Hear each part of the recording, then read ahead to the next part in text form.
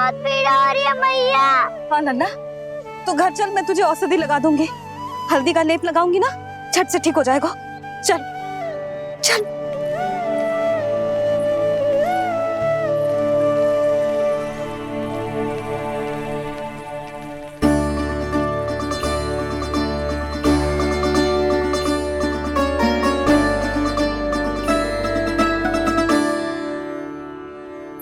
बस नन्ना बस, रो मत। चल चल चल, आजा। अभी औषधि लगाऊंगी ना, तेरी सारी पीड़ा लुप्त हो जाएगी। आजा आजा, बैठ जा नन्ना।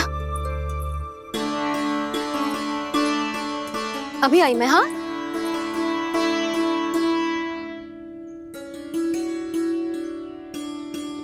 मैया। अरे तू अभी तक रो है? क्या कह रही थी सारी गोपियां? बता। के मेरा लल्ला श्री नारायण का अवतार है, दिव्य है, भगवान है। और जो भगवान इतनी छोटी सी चोट पे रोते हैं क्या?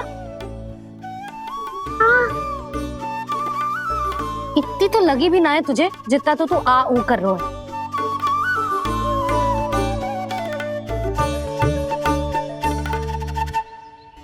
आओ ना करूंगो। आप ऐसे दुलार थोड़ी करोगी। ओहो, वृंदावन का गौ पालक जो इतनी छोटी सी चोट पे रोता है ना? गोप बालकों का मुखिया इतनी छोटी सी चोट पे रोता है? मेरा लल्ला तो सबसे शक्तिशाली है। इतनी छोटी सी चोट तो क्या बड़े बड़े राक्षसों से भी ना घबराता है। हाँ, एक बार में सबको समाप्त कर देता है कि ना? हाँ मैया, यदि कोई राक्षस वृंदावन की ओर टेढ़ी दृष्टि करके आएगा तो सबसे पहले कान्हा को सुरक्षा में खड़ा पाएगा। फिर चाहे जो बाल बन के आए या बगुला बन के।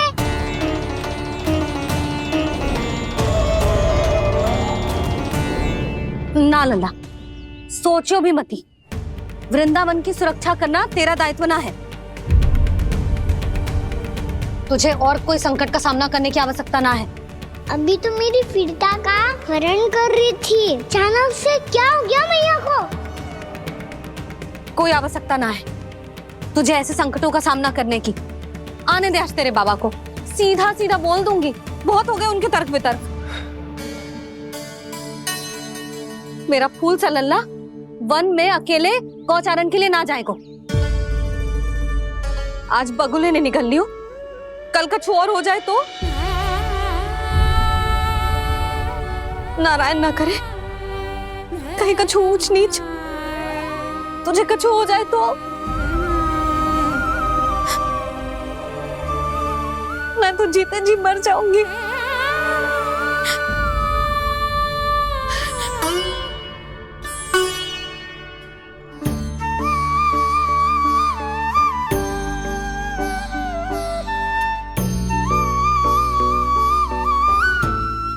लल्ला की वीर मैया इतनी सी बात तो रोती है क्या? क्या करूं कान्हा, तुझे ऐसे बार बार संकट के मुंह में जाते हुए ना देख सकती मैं। तो फिर मैया मैं वचन देता हूँ, आज के बाद मैं गौचारण के लिए तभी जाऊंगा जब आप आज्ञा दोगी। पक्का? छल ना करेगा ना मेरे साथ? मैंने कब छल करो मैया? अच्छा ठीक है, ना करूँ छल। यदि आपसे पूछे बिना बाहर निकलो तो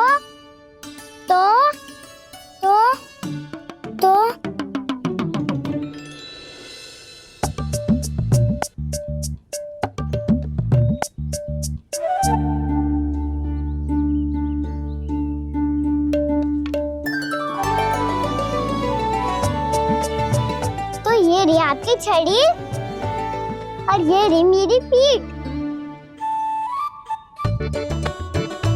चेक देना था पर तोड़। ठीक है, जब तूने अपना दंड निर्धारित कर ही लियो है तो सोच ले अब अगर तूने मेरी बात ना मानी तो तोड़ तोड़ छड़ी पड़ेगी, समझ आई?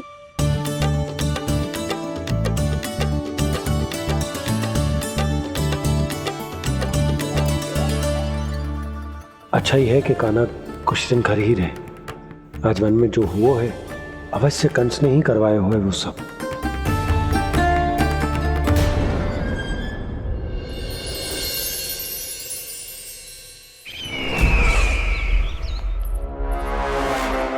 आपका ये धनुष तो सबसे अधिक शक्तिशाली था महाराज, ये कैसे टूट गया? कहीं ये बकासुर की पराजय का संकेत तो?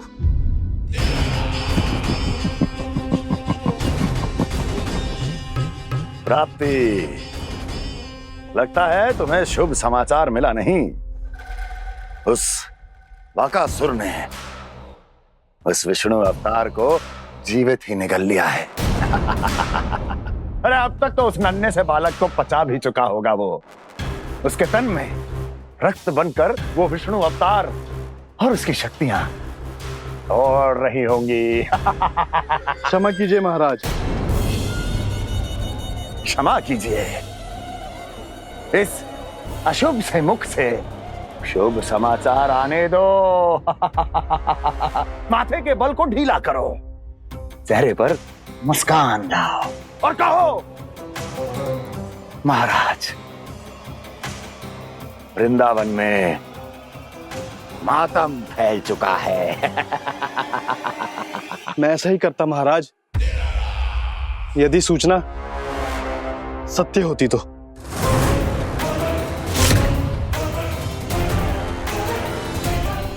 कहना क्या चाहते हो? एक क्षण में सूचना उगलो, अन्यथा मेरा योद्धा बकासुर विष्णु अवतार की तरह तुम्हें भी जीवित निकल जाएगा। आने दो। बकासुर मारा गया महाराज, बकासुर मारा गया महाराज, बकासुर मारा गया महाराज। बकासुर मर चुका है? असंभव। असंभव। बकासुर ने उस बालक को निगल तो लिया था, पर उसकी सुरक्षा करने के लिए सभी देवता वहां प्रकट हो गए, पर फिर भी कोई बकासुर का सामना नहीं कर पाया। और फिर क्या हुआ? वो बालक स्वयं ही बकासुर के उदर से बाहर आ गया और उसकी चोंच तोड़कर उसकी हत्या कर दी।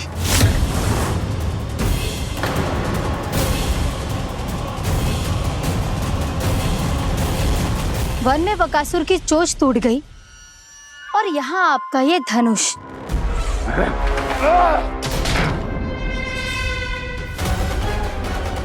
केवल नहीं टूटा तो आपका ये भ्रम महाराज। क्षमा कीजिएगा महाराज, आपका भ्रम टूटना आवश्यक है।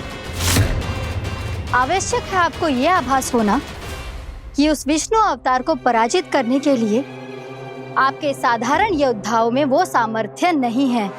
अच्छा सर, पूतना, तृणावर्त, बकासुर, ये सब साधारण नहीं थे प्राप्ति, साधारण नहीं थे। फिर तो ये और भी अधिक चिंता का विषय है महाराज, क्योंकि इसका अर्थ तो यही हुआ कि वो विष्णु अवतार कुछ अधिक ही असाधारण है और उसका सामना करने के लिए और उसे मिट्टी में मिलाने के लिए आपको एक ऐसे अस्त्र की आवश्यकता है जो उसके सामने ना झुके और ना ही टूटे।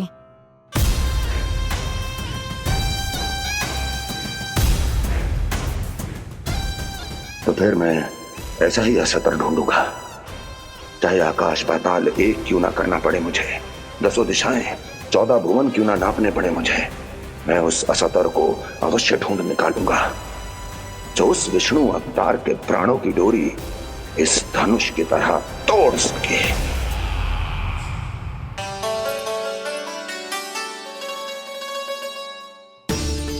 थैंक्स मामा ने मैया को वचन दिया है कि जब तक नहीं चाहेंगी मैं वन नहीं जाऊंगा, इसलिए आप मुझे मारने के लिए कोई शक्तिशाली असुर ढूंढने में व्यस्त रहो। कुछ दिन तब तक मैं व्यस्त रहूंगा अपनी मैया की सेवा करने में।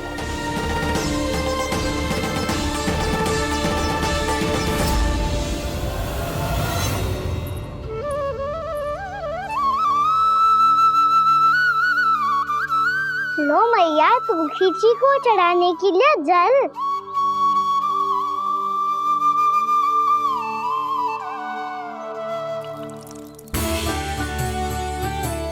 लो मैया और आटा।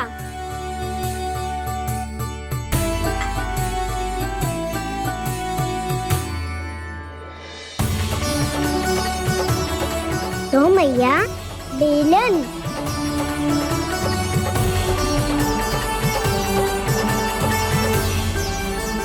ले तनिक खा ले। ओ मैया भूख ना लगी है। बिना भूख के खाने से क्या लाभ? और तेरा जब पेट तो कह रहा है कि उसे भोजन चाहिए। और लाभ कैसे ना है लल्ला? भोजन का लाभ है ना, तन को पोषण मिलेगो, स्वास्थ्य बनेगो, जे तेरी भुजाओं में शक्ति आ जाएगी ताऊ के जैसी, ताऊ से भी अधिक। तेरे जे केस भी लंबे हो जाएंगे। सच्ची मैया? सच्ची। माप के देख लियो नित्य दिन। तनिक खा।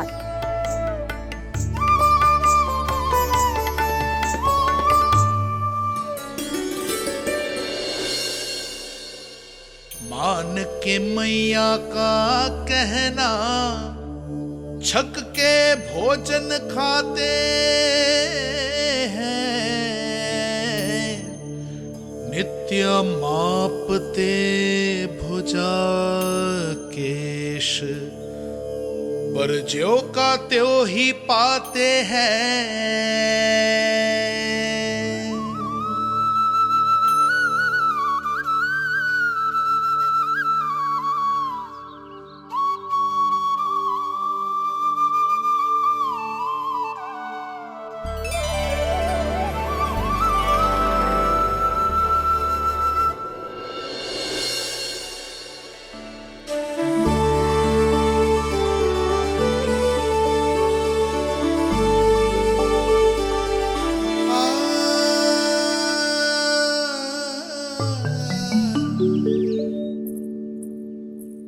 ले लल्ला फल खा ले।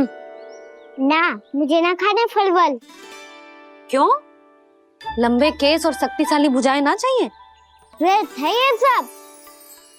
पिछले 10 दिनों से देख रहा हूँ, ना केस लंबे हुए हैं, ना भुजाएं शक्तिशाली बनी है। 10 दिन में का चुनाव होने वाला। 10 सप्ताह ऐसे खाएगो ना, तब जाके कछु बदलाव दिखेगो। समझ आई? चल अब खा ले। वैसे भी मुझे बहुत सारी तैयारियां करनी है आज। इसीलिए मैया एकादशी के व्रत के लिए लल्ला। सुनो जी, सारी सामग्री आ गई? हाँ, तुमने जो कही थी सब ले आए हूँ।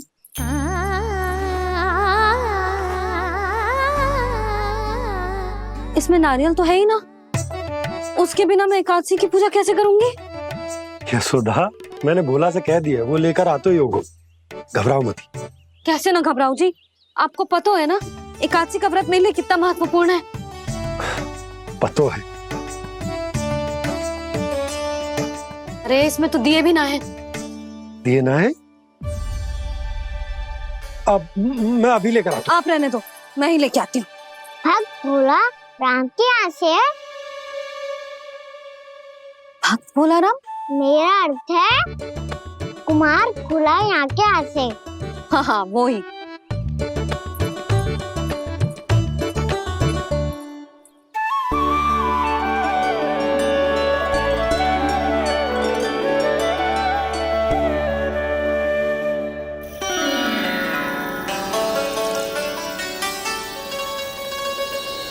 श्री हरि, श्री हरि, मेरे श्री हरि।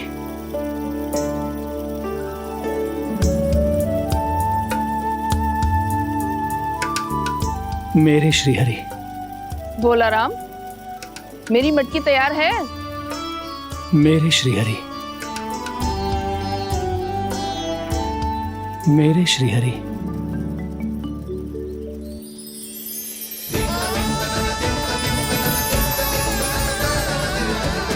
भोला राम,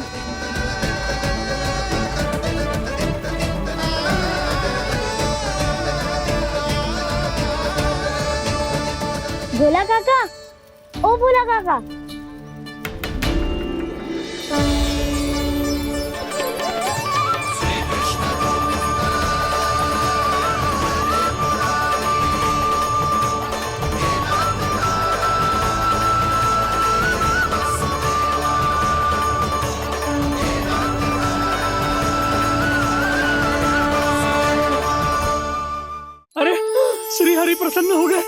मेरे श्री हरि आ गए, मेरे भगवान आ गए, मेरे श्री हरि आ गए, मेरे भगवान आ गए, मेरे श्री हरि आ गए, मेरे भगवान आ गए, मेरे श्री हरि आ गए, मेरे भगवान आ गए, मेरे भगवान आ गए, मेरे घर मेरे भगवान आ गए।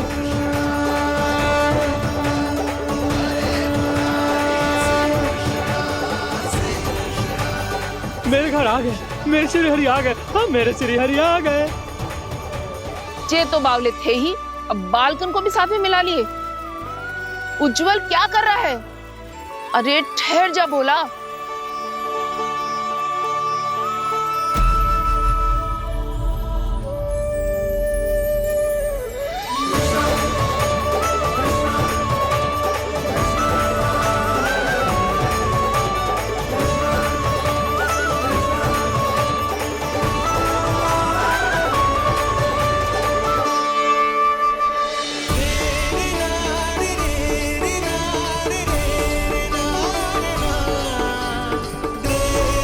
तुम प्रेम से बुलाओ, आएंगे हरी भी।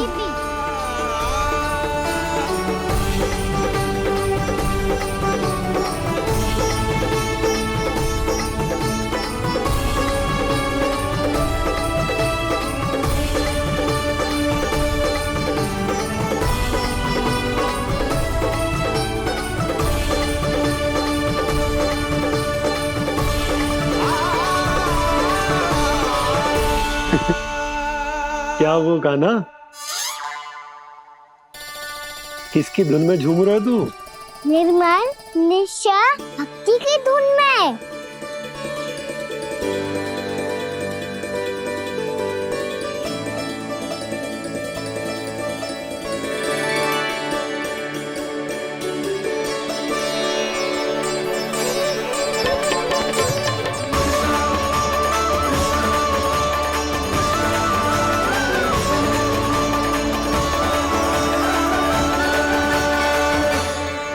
अरे क्या हो गया इन्हें? बावले हो गए हैं क्या? ठहरो, कोई आवश्यकता ना है ऐसे बावलों की तरह नाचने की।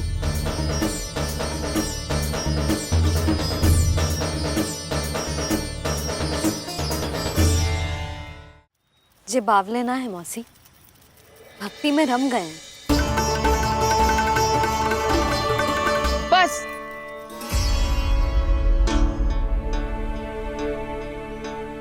हम सब कब से खड़े हैं यहाँ, पर तुम्हें कुछ ध्यान ही ना है।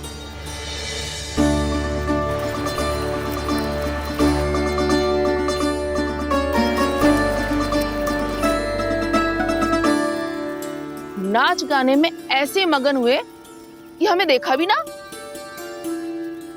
मुझे नाचते हुए देख मेरे श्री हरि को इतना आनंद आ रहा था कि मैं अपने आप को रोक नहीं सका।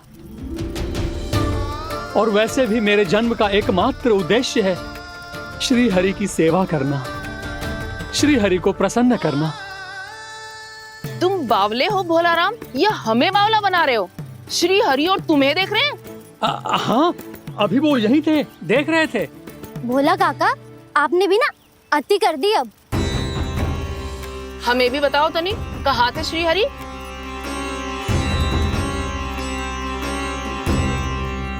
ना जाने अपना उपहास करवाने में क्या आनंद आता है इन्हें। देखो, अब तुम सच मानो या झूठ, लेकिन हमरे श्री हरि यहीं थे, इसी चाक पर अभी। हाँ, लो सुन लो इस मूर्ख की बात। श्री हरि को और कोई स्थान ना मिलो जो इसके मिट्टी के चाक पे आकर बैठेंगे। श्री हरि को और कोई स्थान ना मिलो जो इसके मिट्टी के चाक पे आकर बैठेंगे। श्री हरि को और कोई स्थान ना मिलो जो इसके मिट्टी के चाक पे आकर बैठेंगे। जैसी मैया भैंसो ही लल्ला, दोनों का कुछ पता ही ना चल तो कब किस बात पर प्रसन्न हो जाए और किस बात पर रुष्ट। अरे मैं भला असत्य क्यों बोलूंगा? अभी अभी यही थे श्री हरि। हाँ,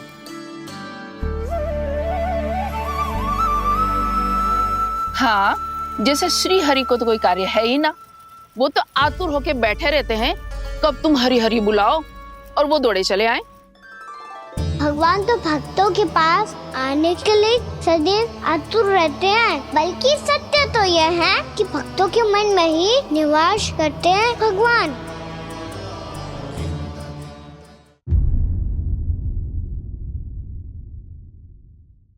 अरे मैं भला असत्य क्यों बोलूंगा? अभी अभी यही थे श्री हरि। हाँ,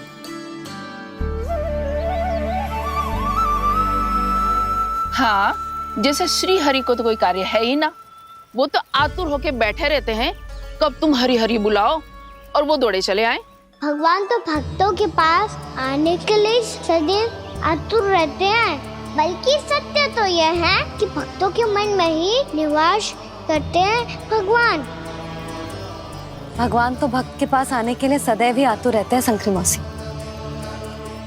बल्कि सच्ची बात तो ये है कि भगवान हमारे मन में ही निवास करते हैं। कम से कम तू तो इसे बढ़ावा मत दे जशोदा। जब देखो जब हरि नाम की रट लगाए रहते है। हरि बोलते बोलते ऐसो बावलो होता है कि सारा कार्य भूल जाता है। 2 दिन से अपनी मटकी के लिए चक्कर काट रही हूँ।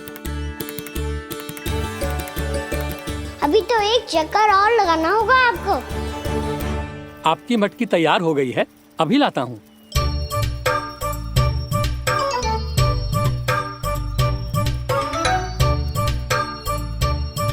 लो जी मटकी।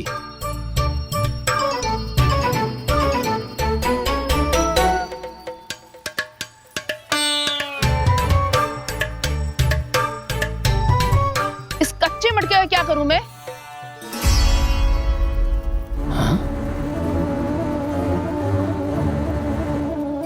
पर इसे तो मैंने भट्टी में पकाया था। अब तू ही देख ले कितना ध्यान रहता है इस कार्य पे। और कह तो है कि श्री हरि आते हैं इससे मिलने।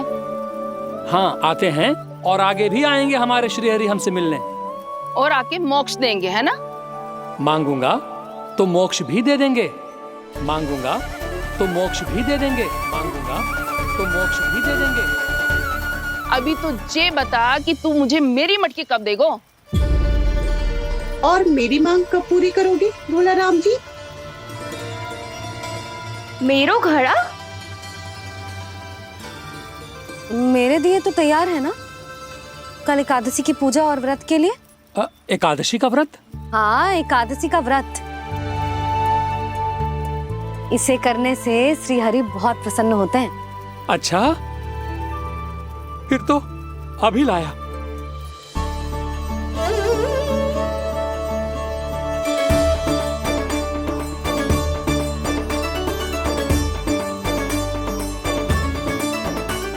लो जी आपके दिए।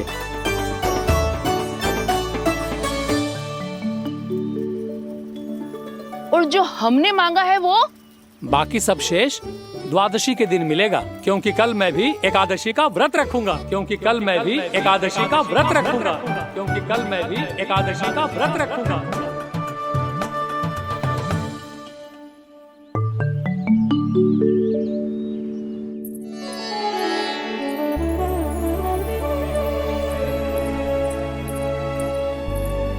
जानकी, फूलों का प्रबंध हुआ कि ना?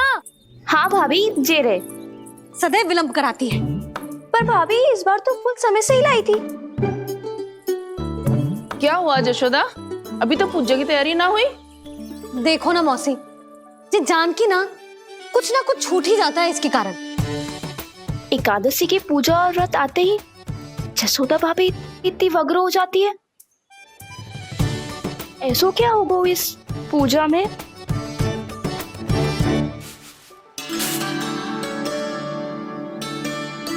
ये थाली में रोली चंदन रखने से, दिया जलाने से के होगो?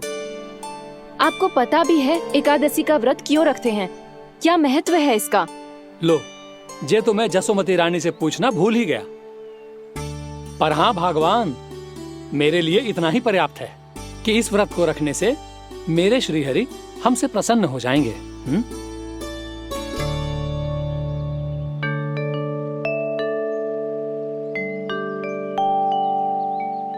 नारायण ही जाने ऐसे कैसे पूजा करते हैं जे श्री हरि की एक मूर्ति तक ना है इनके पास।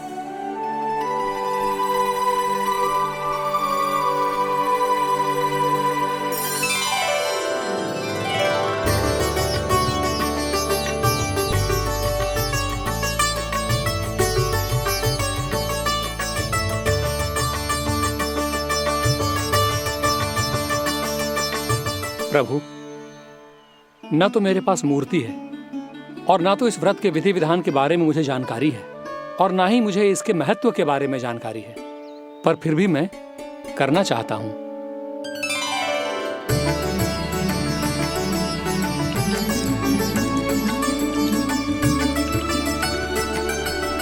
इसीलिए मैं दृढ़ संकल्प लेता हूं,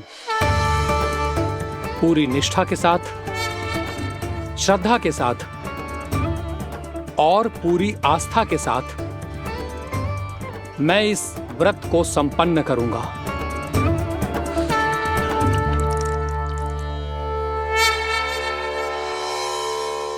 हम संकल्प लेते हैं कि एकादशी के व्रत को पूरी निष्ठा के साथ संपन्न करेंगे।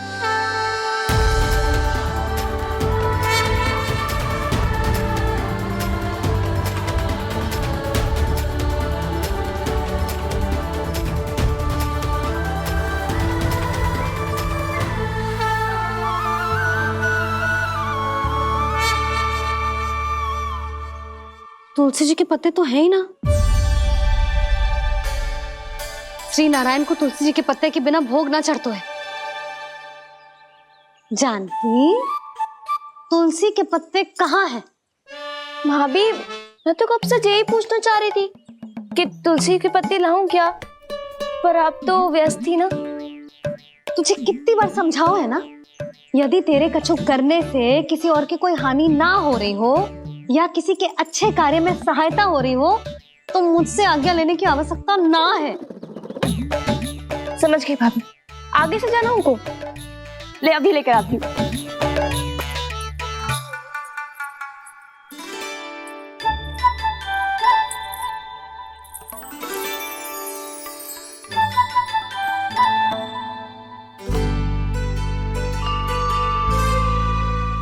ताऊ, आपने पहले ये व्रत करो है? आपको इसका महत्व पता है? भाभी चलो। जानकी, तुमने ये व्रत करो है? फिर तुमको इसका महत्व पता है?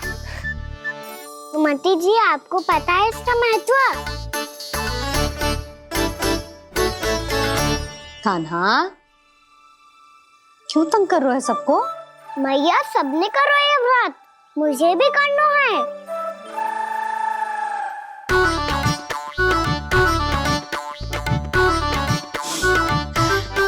ये व्रत केवल बड़ों के लिए होती है लल्ला। जब आप ये व्रत कर सकती हो, बाबा कर सकते हैं, ये सारी गोपियां कर सकते हैं, वो भी कर सकते हैं, तो मैं क्यों ना कर सकता? क्योंकि तू कल तक भूखा ना रह पाएगा लल्ला।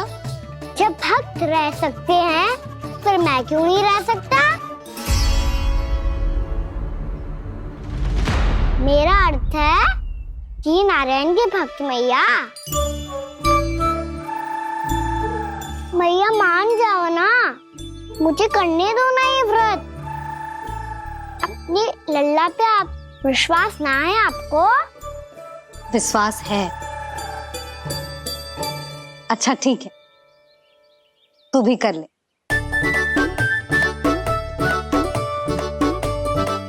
पर मैया, व्रत की कथा तो सुनाओ, मैं तो अबध हूँ ना। मुझे कैसा पता चलेगा कि ये व्रत करते क्यों हैं?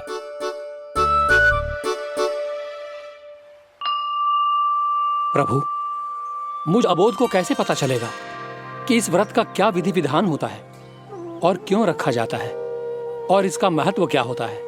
मुझे तो आप ही बता सकते हैं प्रभु। जब व्रत कर रहे हैं तब उसका महत्व भी पता होना चाहिए ना। बताओ ना मैया, क्यों रखते एकादशी का व्रत? इसके लिए तो तुझे एकादशी की कथा सुननी होगी। सुनेगो ना?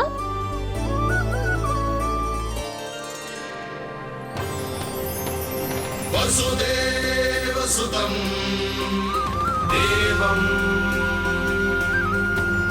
कंस चाणूरमर्दनम् श्रीहरि, यशोदा परमानन्दं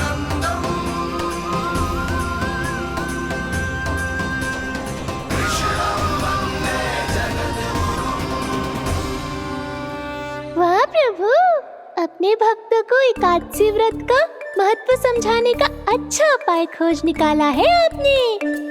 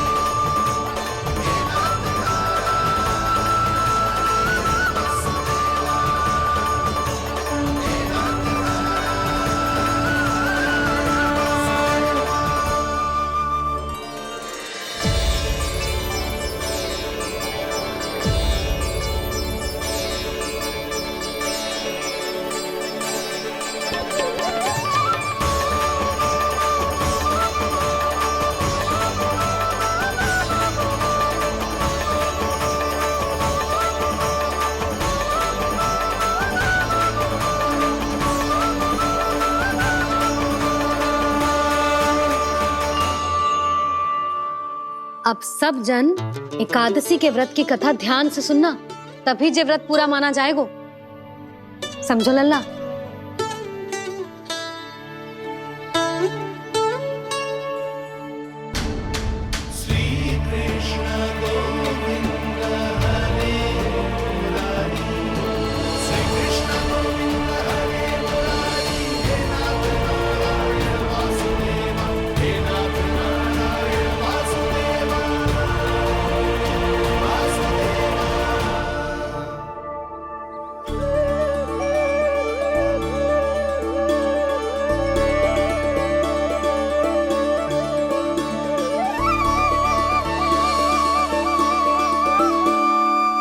सतयुग में चंद्रावती नाम के नगर में मूरा नाम का एक असुर राज्य करता था।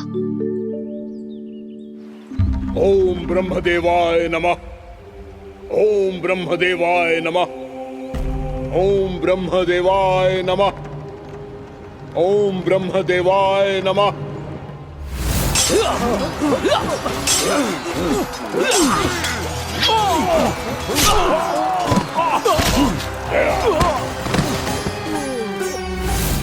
ओम ब्रह्मदेवाय नमः। ओम ब्रह्मदेवाय नमः। जब उसने देवताओं के हाथों असुरों की पराजय देखी, तब वो वरदान पाने के उद्देश्य से ब्रह्मा जी की तपस्या करने चला गया।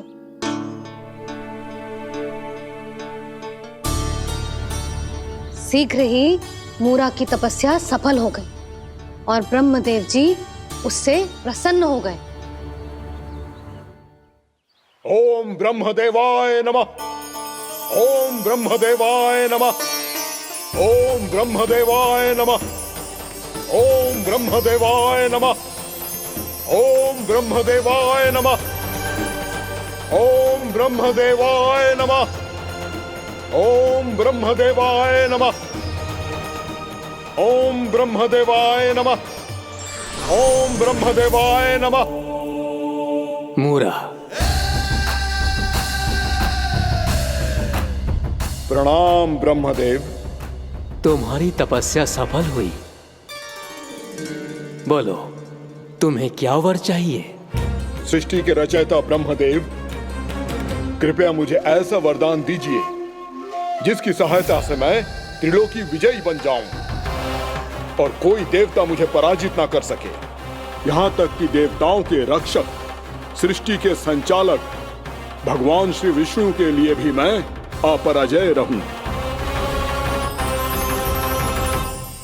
तथास्तु, तथास्तु, तथास्तु। प्रणाम ब्रह्मदेव।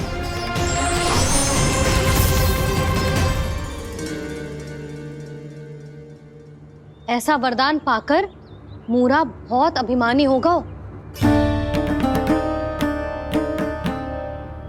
यक्षों, किन्नरों, यहाँ तक कि देवताओं को भी युद्ध के लिए ललकारने लगो, पर किसी ने भी उसकी ललकार को स्वीकार ना करो, क्योंकि सभी उसकी शक्ति से बहुत भयभीत थे और उसके सामने युद्ध किए बिना ही अपनी पराजय स्वीकार करने लगे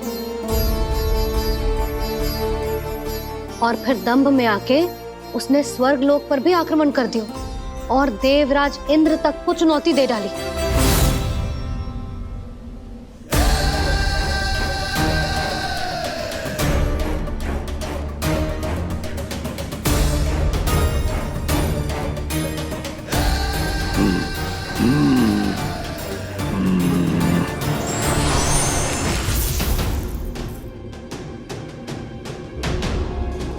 मैं प्रतीक्षा कर रहा हूं देवराज, क्या उत्तर है तुम्हारा? मुझसे युद्ध करोगे या फिर बिना लड़े ही पराजय स्वीकार कर मेरे अधीन हो जाओगे और सौंप दोगे मुझे अपना ये स्वर्ग लोक? सारी शक्ति तुम्हारे मुख में है या कुछ बाहुबल भी है तुम्हारे पास? मैं तुम्हारी चुनौती स्वीकार करता हूं मूरा, मैं तुम्हारी चुनौती स्वीकार करता हूं मूरा।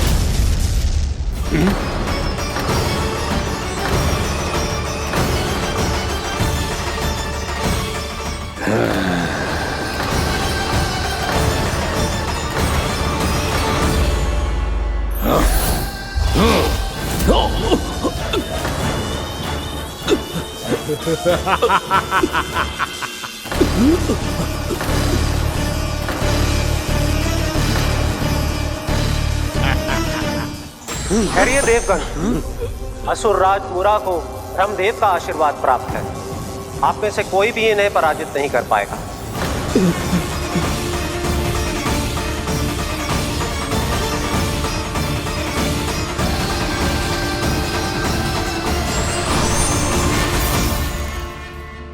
एक अवसर और देता हूं देवराज, युद्ध या अधीनता, क्या उत्तर है तुम्हारा देवराज?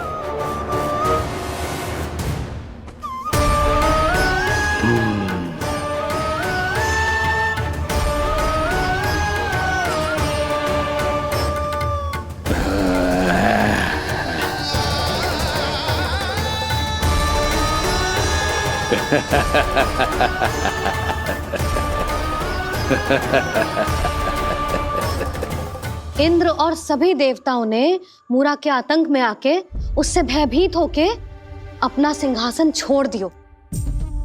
अब मूरा स्वर्ग का अधिपति बन गयो और शीघ्र ही उसने अन्य सभी असुरों को स्वर्ग में निवास करने के लिए आमंत्रित कर दियो। और इस प्रकार से वो धीरे धीरे तीनों लोकों का सम्राट बन गयो। उसे किसी ने रोका नहीं मैया? ना लल्ला, इतना साहस किसी में था ही ना। और फिर ये निश्चित करने के लिए कि भविष्य में किसी और असुर की मृत्यु ना हो, वो यमराज पे भी विजय प्राप्त करने के लिए यमलोक की ओर प्रस्थान कर दियो। वो तो अपने आप को और सभी असुरों को अमर बनाना चाहता था। पर देवता और यमराज भी उसकी ये योजना समझ गए थे, इसीलिए उसके आने से पहले ही सारे देवताओं ने श्री नारायण से सहायता के लिए गुहार लगाई। अब केवल आप ही कुछ कर सकते हैं प्रभु। अभी तो मूरा केवल त्रिलोक का स्वामी है, और यदि उसने यमलोक भी जीत लिया तो वो जीवन को ही नियंत्रित नहीं करेगा प्रभु, वो मृत्यु का भी स्वामी हो जाएगा। ऐसे में पहले सृष्टि का संतुलन तो नष्ट होगा प्रभु, और फिर स्वयं सृष्टि ही नष्ट हो जाएगी। ऐसा नहीं होगा यमदेव, नियति ऐसा होने ही नहीं देगी। विधि रचेगी खेल और मैं बनूंगा माध्यम। असुर राज मूरा का सामना मैं करूंगा। बस आप मुझे चुनौती देने के लिए उसे तैयार कर लीजिए, चाहे उसके लिए आपको साम दाम दंड भेद कोई भी उपाय क्यों ना अपनाना पड़े।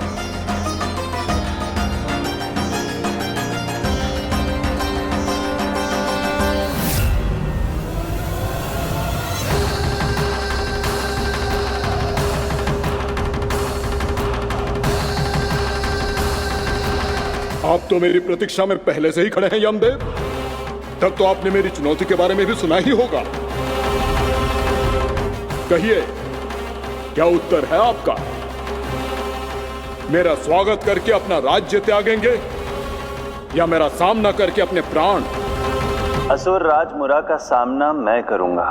बस आप मुझे चुनौती देने के लिए उसे तैयार कर लीजिए, चाहे उसके लिए आपको साम दाम दंड भेद कोई भी उपाय क्यों ना अपनाना पड़े।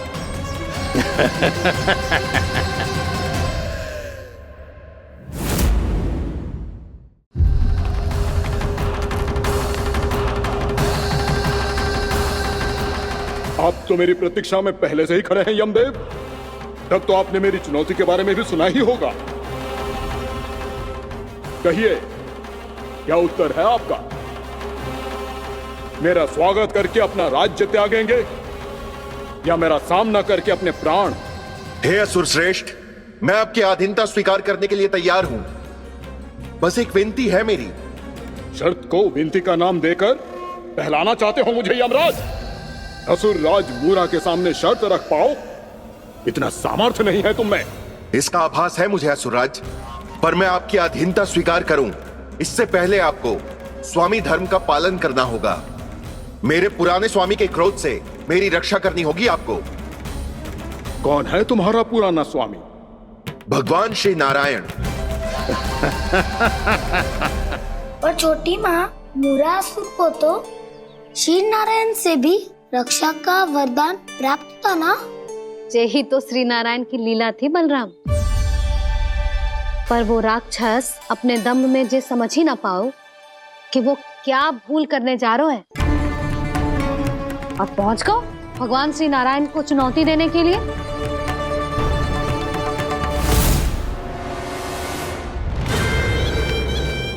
वहीं ठहर जाओ असुर राज मुरा।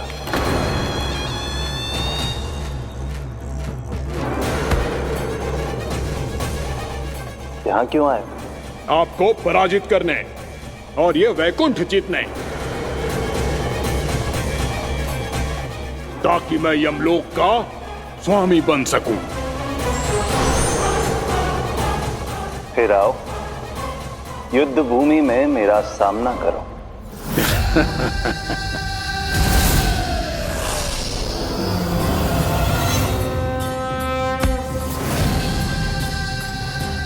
ये नहीं जानते कि इनसे ना हारने का वरदान तो मैं पहले ही प्राप्त कर चुका हूं। इसलिए युद्ध ठीक से आरंभ हो पाए उससे पहले ही इन्हें जीत लूंगा मैं।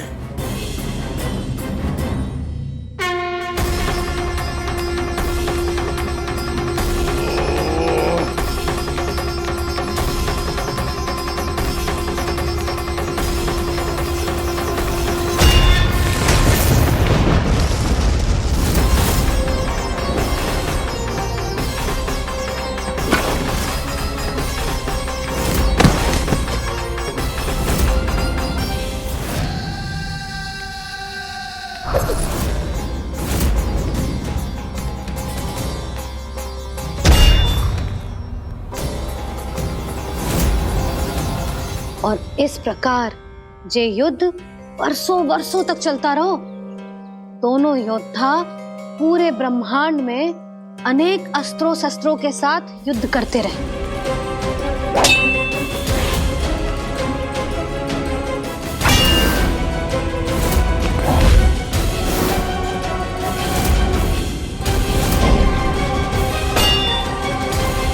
फिर क्या हुआ मैया?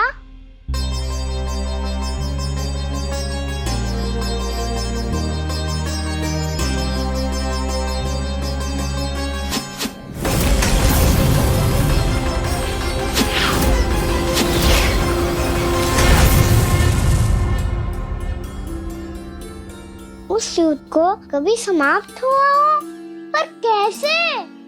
शीघ्र ही वो राक्षस थक गौ लल्ला।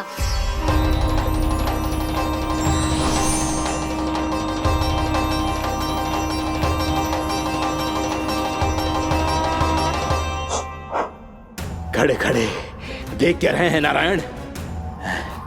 आक्रमण कीजिए, वध कर दीजिए मेरा।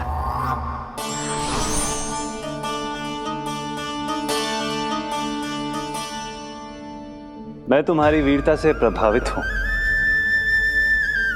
इसीलिए इतनी थकान की स्थिति में मैं तुम जैसे वीर पर आक्रमण नहीं करूंगा। जाओ, विश्राम करो। यदि फिर से युद्ध करने की इच्छा हो तो तुम्हारा स्वागत होगा।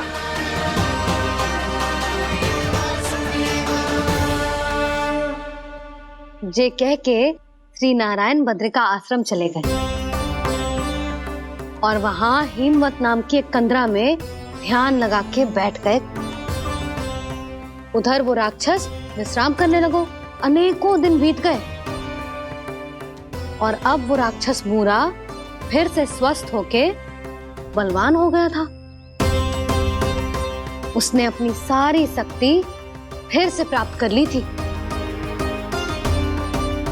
श्री नारायण ने उस पर दया करी थी, पर वो फिर से श्री नारायण को छलने को तैयार होगा।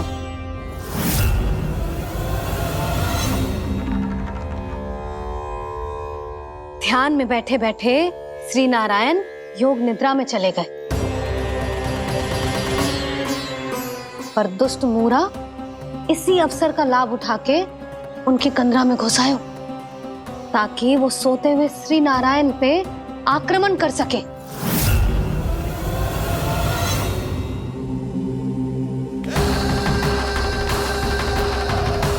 आज इस लंबे युद्ध को जीतकर अपने इस अंतिम शत्रु का भी अंत कर दूंगा मैं।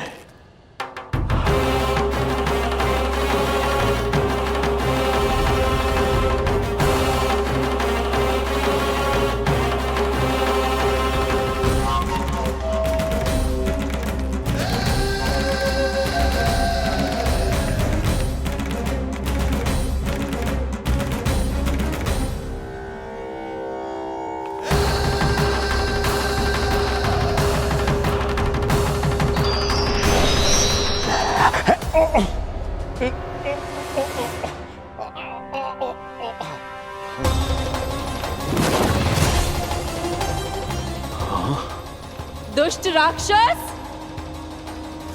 प्रभु ने तुझ पर दया की, तुझे संभलने का अवसर दिया। तू इन्हीं पर ही छल से वार करने चला है।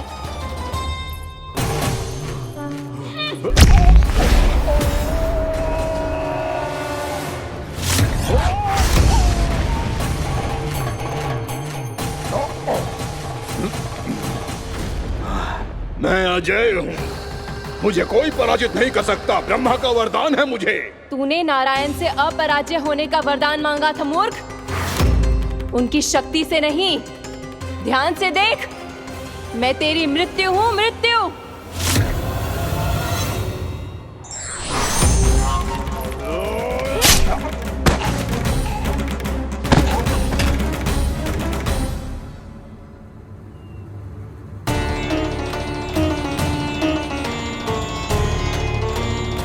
वो देवी कौन थी छोटी माँ? और कौन बलराम, वो ही तो थी देवी एकादशी।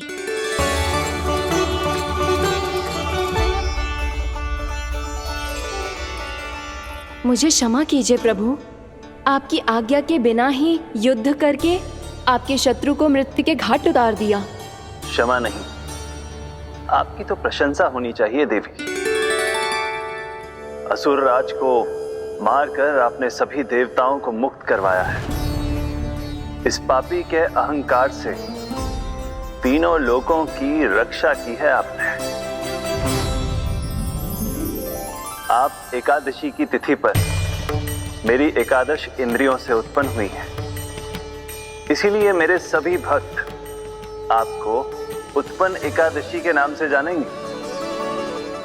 सभी तिथियों में आपका स्थान सर्वश्रेष्ठ होगा। जिस तरह आपने राक्षस के आक्रमण से मेरी रक्षा की है, उसी प्रकार एकादशी के दिन व्रत करके जो भी भक्त आपकी कथा सुनेगा, मैं स्वयं उसकी रक्षा करूंगा। जो आपकी पूजा करेगा उसे मेरी विशेष कृपा प्राप्त होगी और उसके साथ साथ उसे मिलेगा धन, सिद्धि और मोक्ष।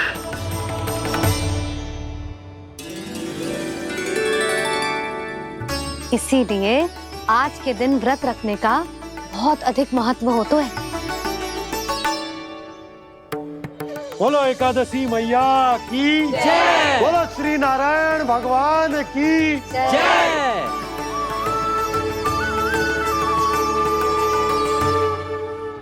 प्रभु की कृपा से एकादशी का महत्व भी पता चल गो और मेरा व्रत भी सफल हो गो।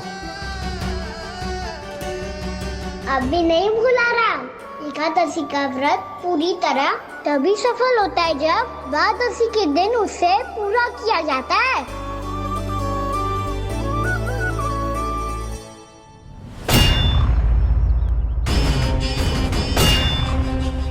आवश्यक है आपको यह आभास होना कि उस विष्णु अवतार को पराजित करने के लिए आपके साधारण योद्धाओं में वो सामर्थ्य नहीं है। वो विष्णु अवतार कुछ अधिक ही असाधारण है।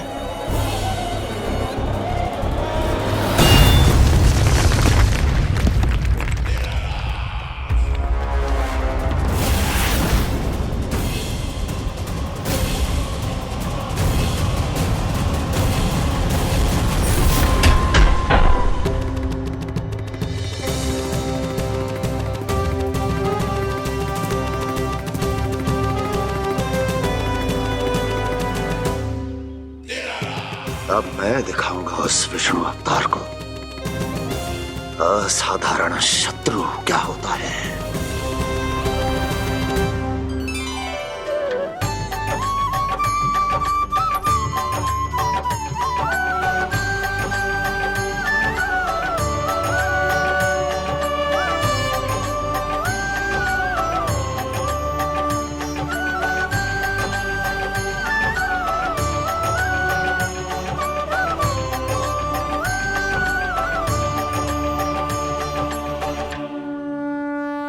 मामा अधीर हो रहे हैं, पर मैया ने मुझे अभी तक बाहर जाने की आज्ञा नहीं दी है।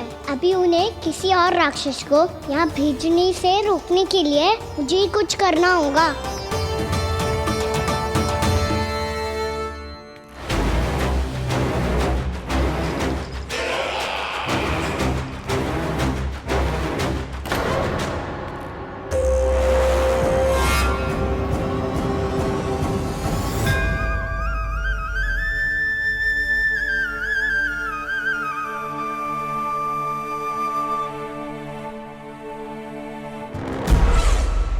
कौन हो तुम? बचपन से ही मुझे मारने का सपना देख रहे हैं, फिर मुझे ही नहीं पहचानते।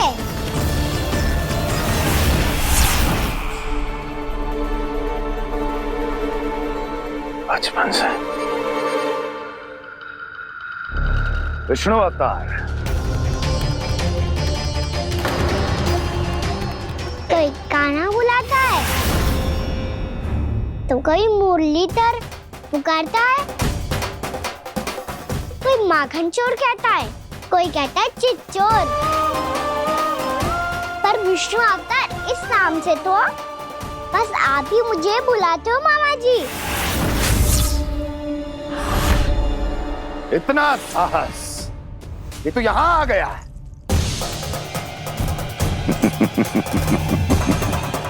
यहाँ आ तो गया तू विष्णु अवतार, किंतु यहाँ से जीवित नहीं जाएगा। तेरे शीश को तेरे धड़ से अलग कर दूंगा मैं।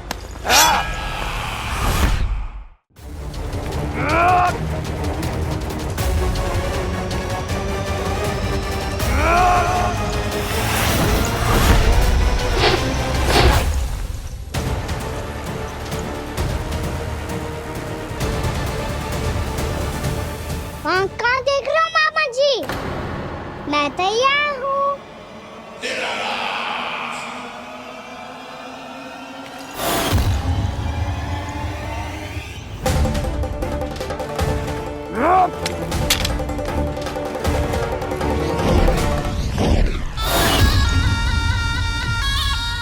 मामा जी, आप सदैव इसी तरह क्रोध में रहते हो क्या?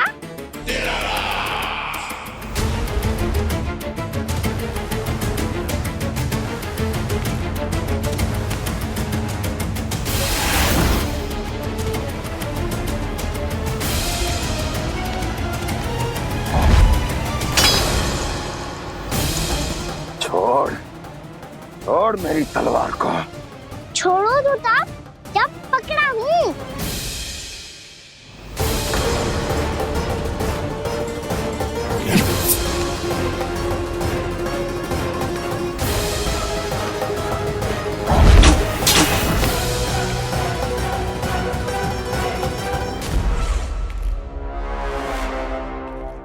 मामा जी,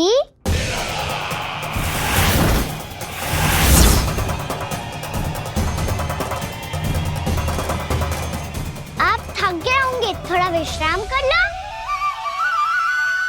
आपका तो पता नहीं, मैं अवश्य से थक गया हूँ।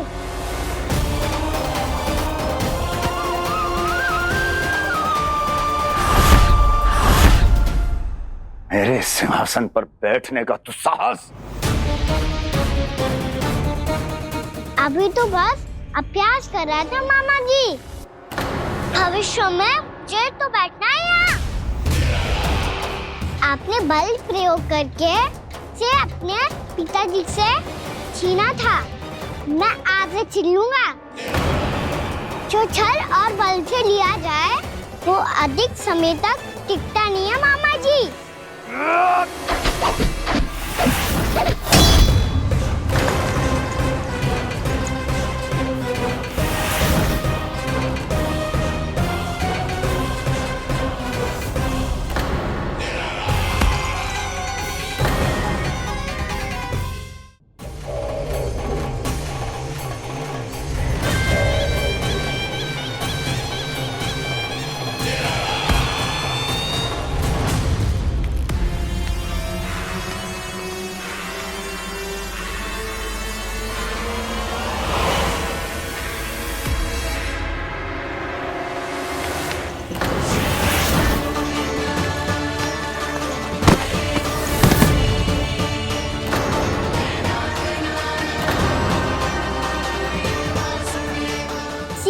आपको ये सिंहासन छोड़ना होगा।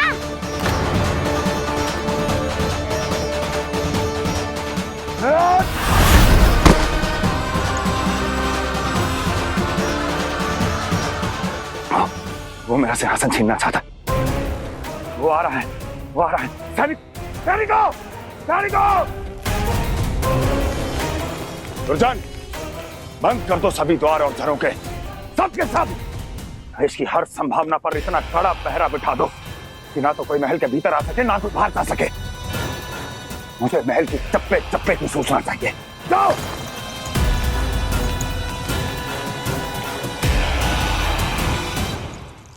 सिंहासन।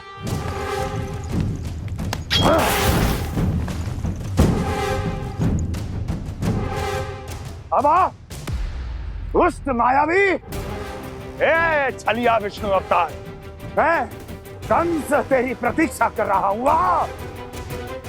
देखता हूँ मेरे सिंहासन पर कैसे बैठता है तू। मुझे तो बस कुछ समय चाहिए था, वो मिल गया। अब करते रहिए आप प्रतीक्षा।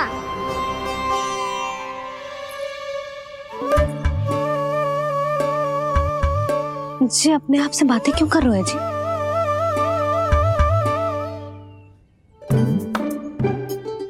आप मुस्कुरा क्यों रहे हो?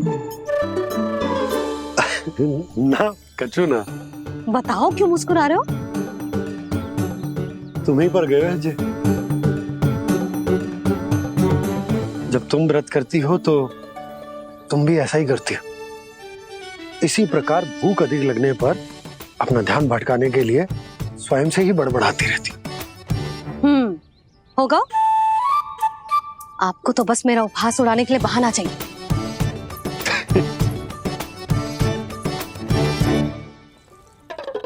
लल्ला, भूख लगी है? ना मैया, व्रत करे तो भूख कैसे लगेगी?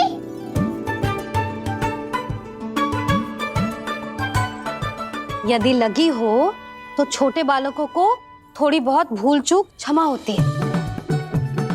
कछु ना तो फल तो तू खा ही सकते है। अब तो पूरे नियम और विधि विधान से व्रत तोड़ूंगा।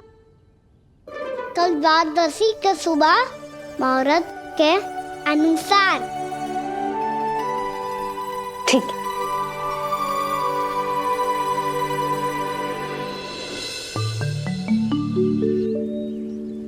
लल्ला, एकादशी समाप्त हो गई है, द्वादशी लग गई है। अब तू व्रत तोड़ सकता है, भोजन कर ले। ले।